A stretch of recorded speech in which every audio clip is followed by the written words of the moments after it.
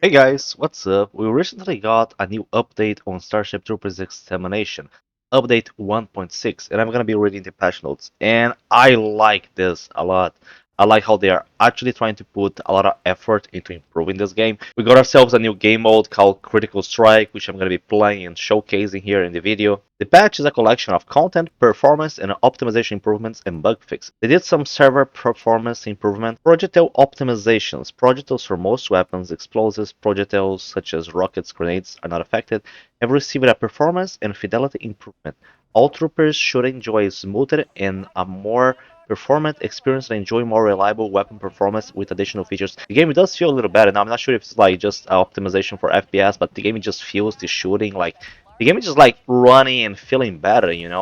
All projectiles are more performant, tracers are more visible and remain visible for longer. Some projectiles can now ricochet off surface or armored bugs, and there is cosmetic system replication optimization. They have added a new spawning system that they are calling Director. It's a total overhaul how they handle enemy spawns in Starship Troopers Extermination. As the game has grown with new game modes, difficulty settings, and more energy types, they realized that this original spawning system, while was functional, was starting to show its limits regarding maintenance and future improvement. They decided to go with something that could scale the game, improve performance, and more importantly, create more engaging and consistent gameplay. So they set up this new system that's going to give them more control over when, where, and how the bugs spawn, scalability for different modes and future content, better performance on both server and client, the ability to craft intense, memorable combat pacing across all types of missions. The Director is a system that constantly evaluates the battlefield state and decides when and where enemies should spawn. It takes into account things like player positioning, mission objectives, spacing, intensity, and spawn zone availability. It's not just about sending waves of bugs, it's about sending the right kind of pressure at the right time. So it's like a smarter spawn system, which, damn, this is actually really cool that they are doing this. Whenever you are holding a point or racing to a strike, the director can adjust the tempo to make the combat feel more dynamic and deliberate. So it's like it adapts to the situation. It's not like just the same RNG. It's not like random. It's not like the same thing over and over. Like it's gonna be different. Key improvements players are gonna notice more consistent spawns. Spawns are much more reliable and controllable. This helps reduce unfair or unpredictable moments and give us tools to tune encounters with greater precision. Scalable across modes and difficulties. We built a director to work not just with existing game modes, but in future scenarios as well. This system will help us expand the gameplay in meaningful ways, whatever it's horde style modes, arc missions, or new event challenges. Improved performance by optimizing how and when the spawn decisions are made. They reduce the CPU load on both server and client. Yeah, the game does feel like better, like the way that it's running. This is especially noticeable in high skill moments with many bugs on the screen. I remember like this game when he was in the alpha when we had many bugs on the screen, the FPS would just go down really bad. Better gameplay moments. One of our goals was to give designers more control to create a crafted gameplay beats, moments of tension, relief, and chaos that feel cinematic and satisfying. The director allows us to build those experiences more reliable. What is next? The system is just the beginning, a foundation for the future. With the director in place, we now have the tools to push combat encounters even further with more variety, smarter pacing, and more ways to surprise and challenge you. As always, we'll be listening to your feedback and how it feels in the wild. This is great. Game developers should actually listen to the community. That would be good to have in other games too. This is a big change, and we'll be keeping a close eye on how it impacts different playstyles and missions. And there's the new game mode, Critical Strike. Federation scans have picked up large reserves of Arcgeon deep underground after meteor strikes have hit remote areas on both Valaka and Agni Prime. Only the best of the best will be tasked with marching headfirst into bug territory to retrieve it. In this critical strike, although you can choose where you redeploy, troopers will fight separated from their squads and pave a path through these undocumented areas. Yeah, I've noticed that like the 16 players don't spawn together. They spawn separate. They have to like go to the location after like each one has a different road and they meet up there, pushing through swarms of bugs to claim the Archegenon for the Federation. Previous squads have failed this challenge. Troopers are heavily encouraged to finish their work along the way, completing side objectives to earn themselves more XP, more valor in the eyes of the Federation, and more rewards to help them down the line. There have been rumors of an even larger bug presence protecting the Archeon, and the Federation encourages you to be prepared for whatever you might run into out there. That's nice. Get out there and take out those bugs, troopers. Bug holes. The Arachnids have developed a new method to connect their bug-filled hive directly or at-risk Federation assets. These bug access points create openings in the ground that bugs will pull through.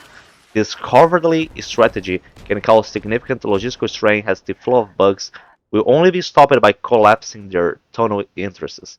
Troopers will need to use explosives to close the bug holes. Nuke jetpacks or other tactical nuclear devices will be the most effective utilities for dealing with these new threats. This has been deemed a top priority, and all available Vanguard troopers are expected to locate and destroy any bug holes they encounter. They have added the M55 rocket launcher, a portable launcher capable of firing powerful tactical nuclear warheads. The M55 is the Federation's best answer to the Arachnid menace. These launchers now guide fire-guided rockets. Damn, that's nice. This allows troopers to steer their deadly payloads mid-flight to improve the chance of the red hit. Early field testing has already proven a statistically significant improvement to weapon lethality and a likewise reduction in friendly fire exit. I have not been able to try this new rocket launcher yet and did not be able to find it because it looks like you don't pick it like on the road, it's gonna be like spawning in the game mode. MY command reminds troopers to stay close and protect their teammates as the limited ammunition and arduous reloading process leave rocket things vulnerable to bug counterattacks. Look for special M55 catches during the next Galactic Front. Yeah, you have to find any catches. This weapon must be earned through completing the first phases of the front, so maybe it's not available yet. After the Galactic Front conclusions, additional M55 catches will be committed if enough Galactic Front strategy targets have been secured. Only total victory in the Galactic Front will ensure the tactical assets are allocated to the most deserving troop. They did some quality of life improvements, FedNet approval feed. The approval feed presents FedCan approval information in nearly the same way as the XP feed, which often makes confusion. Camera operators often conflate earning approval with earning XP. The new approval feed has been made more visually distinct to help reduce confusion. Hive Hunt improvements. When completing a phase of Hive Hunt, a forward spawn point will be automatically created and additional toad canisters will be spawned ahead instead of behind. This will help to reduce backtracking and keep the mission moving forward. Nice. The next forward spawn point will be automatically built upon completion of a Hive Hunt phase. Rural Guard Elite.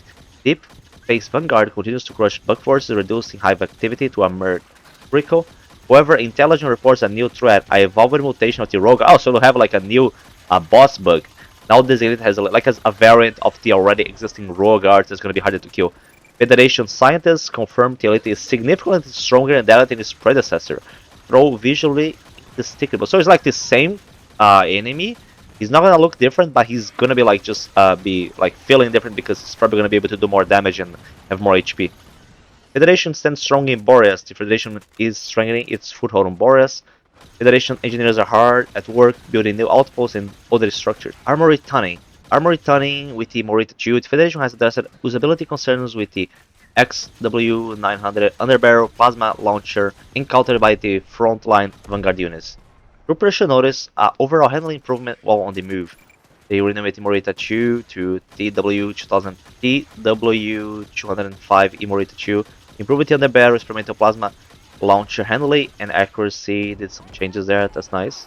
I did like this new plasma launcher. The C-32 Chingon automated grenade launcher gets a new holo strategy modification, allowing the trooper to preview the estimated impact location of the grenades. That's nice. Added holo strategy sight mode at level 4. Nice, I do like using this. I mean, the Demolisher is one of my favorite classes and this is my main weapon for it.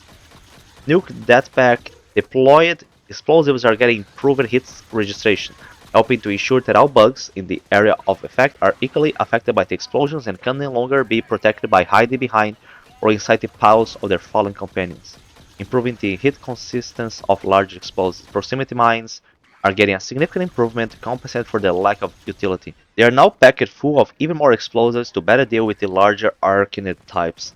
In addition, the proximity mines will be getting the same improvements to area of effect hit registration. Explosive damage increased from 1000 to 6000 damage, 6 more increase. Improved hit consists of large explosive. Mission tuning, AI extermination have reintroduced Arachnid exterminations into advanced and secure missions. Troopers can now be tasked with exterminating a target number of bugs to complete the objective. So yeah, more objectives through the game mode. That's cool. Keep eye out for the new scenario modifier. These mutators will begin appearing with the launch of the next Galactic Front. And so they are like improving like almost like every single game mode, adding more stuff, like adding more variety to the gameplay. That's great. Like they're doing a really good job with this. Added bug batteries and the rescue mission at the M55 cache. The M55 cache will not be active until a certain phase of the Galactic Front is reached. Yeah, so it's not going to be available as of yet. Mutated weapons, utility crates, troopers will now have an easier time locating the supplies. Crates will now be found in clusters and placed in more visible locations. All existing mutators that spawn at weapon crates, randomly in a mission, have been adjusted. Blizzard, pitch black, damn, really interesting stuff. And they did a bunch of bugs fixed. I'm not gonna be going through all of them, like, but that's a lot of stuff that been improved and they are fixing on the game, which is overall great. And for the game future, it looks like we have great things. They're gonna be revealing more details about the update 1.7 that's gonna be happening after September. The things that they have in development are the hopper bug, which I think that's like the flying bug that we saw in the movie. I recently rewatched the Starship Trooper movie after many years, and the first thing that I thought of, oh, the flying bug is not in this game, but it looks like they're gonna be adding it. Is smart rifle, more mutators, hero of the Federation, not sure what that means. M11 Babar, I think that's like a new weapon. Airstrikes, like so that might be ability like the explosive one from the Demolisher. Is smart rifle, I wonder exactly how that's gonna be because I don't remember the names of all the weapons from the movie, but they're really cool. And that's like in developer as of now. And then for update 1.7, there's gonna be a whole new map, the Scorpion bug, the new Galactic Front, more perks that are gonna be added. Yeah, that's gonna be nice. Like I already like have used it then now. Like they could add more exclusive perks for each one of the classes. And for future release, they still have more plans. Like this roadmap is great. This is something that I love seeing in multiplayer games, that the game developers actually build something ahead to motivate players to keep going, showcasing like more or less when they're gonna be adding each content and how the game future is gonna be like. Surge live event, more mutators, Morita 3, which I think is like this big ass gun. I think I remember like seeing pictures of that one. So we got Morita 1, Morita 2 that was added just a couple weeks ago, and now we're gonna be having Morita 3. Company progression, company customization, side objective revamp on Arc, AAS, and Horde. This is just great. And for the latest exciting news, the update 1.7 is going to be dropping late October. Update 1.7 is shaping up to be a major milestone. Here's a sneak peek to what it's inside. New boss bug, the Scorpion, making its deadly debut in Starship Troopers Extermination. Yes, I wanted bigger bugs, like I wanted more boss type bugs in this game. The Scorpion is our next epic boss bug, inspired by its short but unforgettable appearance on Starship Troopers 3 Marauder. Oh, it's not even, I think that one I don't remember very well which it's gonna be. I remember more the ones from the first movie. This massive Arcanite is built to challenge even the most coordinated things. Damn, this is gonna be awesome. That now they're gonna moving up for the other movies. I think that after the first one, the third one, I think was the best. Other ones are not that good, so it's good that they're going to be adding this. A new Galactic Front, a new Warzone joins the battle, complete with new Galactic perks, mission mutators to challenge every trooper into Deep Space Vanguard. New major map, or most atmospheric battlefield yet. This map draws heavy inspiration from the Starship Invasion animated feature film. They were taking not just from like the live action movies, but also from the animated films. They're taking more stuff like from multiple movies set on this universe. Expect close quarter combat and a whole lot of spine-tingling encounters with the bug. Are you afraid of the dark?